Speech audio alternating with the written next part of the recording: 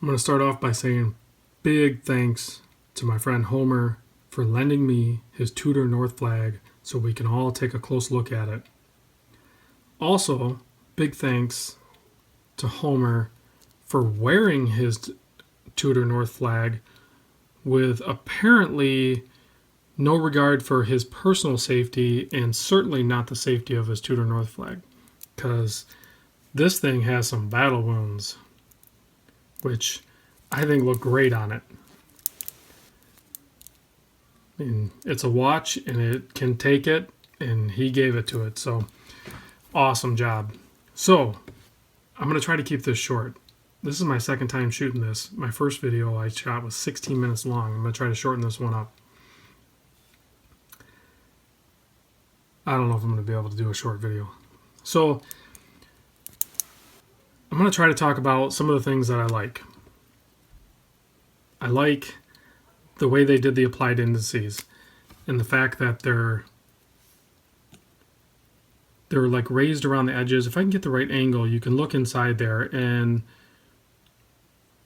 they have such a dimensional, like a 3D dimensional look to them. I don't know if I can get a spot where you can see. And then they put the lume inside them.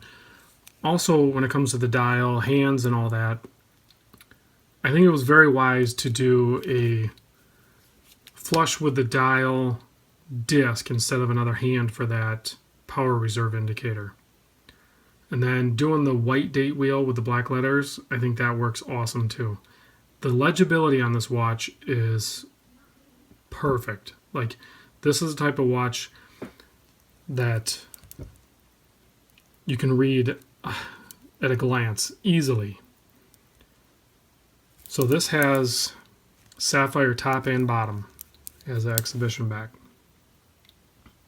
And this has the Tudor in-house MT5621, which has a 70-hour power reserve, 28 joules, and I love the like modern, non-dressed out design of the movement. It is so just like matter of fact, you know, like here's our movement. We didn't need to dress it up. This is a sweet movement. There you go. Take a look. I think that's well done. Homer also pointed out with the crown action that every time you unscrew it and screw it back in, that crown ends up just like that. So I played around with that, and it keeps ending up in that position right there. It's awesome. The watch is 13.2 millimeters thick.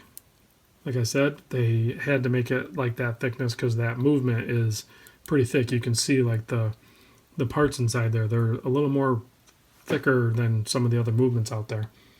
It is 50 millimeter lug to lug. And on the Tudor website, it does say that it's 40 millimeter. Everywhere I measure it, I keep coming up with like 39.9. And then it's just under 44 millimeter, even with the crown.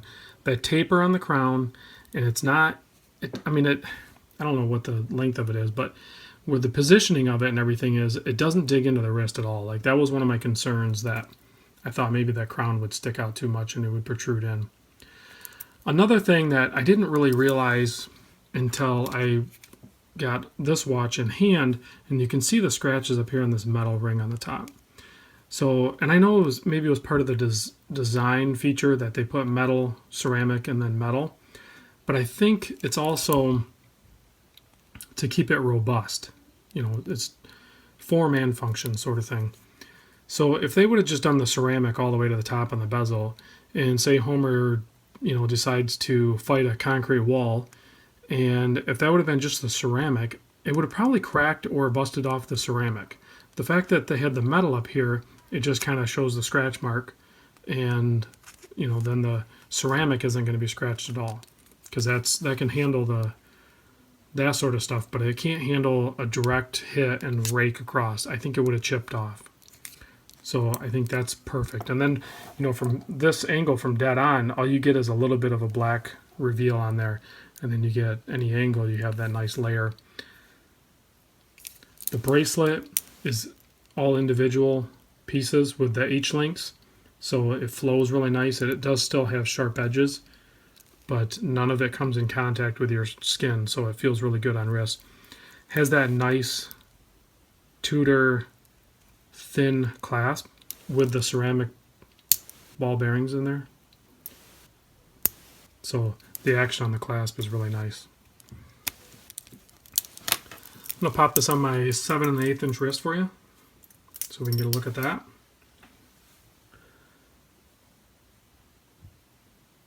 It feels great on wrist. I've been wearing it for the last couple of days, and I wanted to get this review done so I can send it out to Bruce next. I think is getting it, because if I keep wearing this any longer, I'm not going to relinquish it. Somehow I'm going to buy this one, or I know Homer's probably not selling it.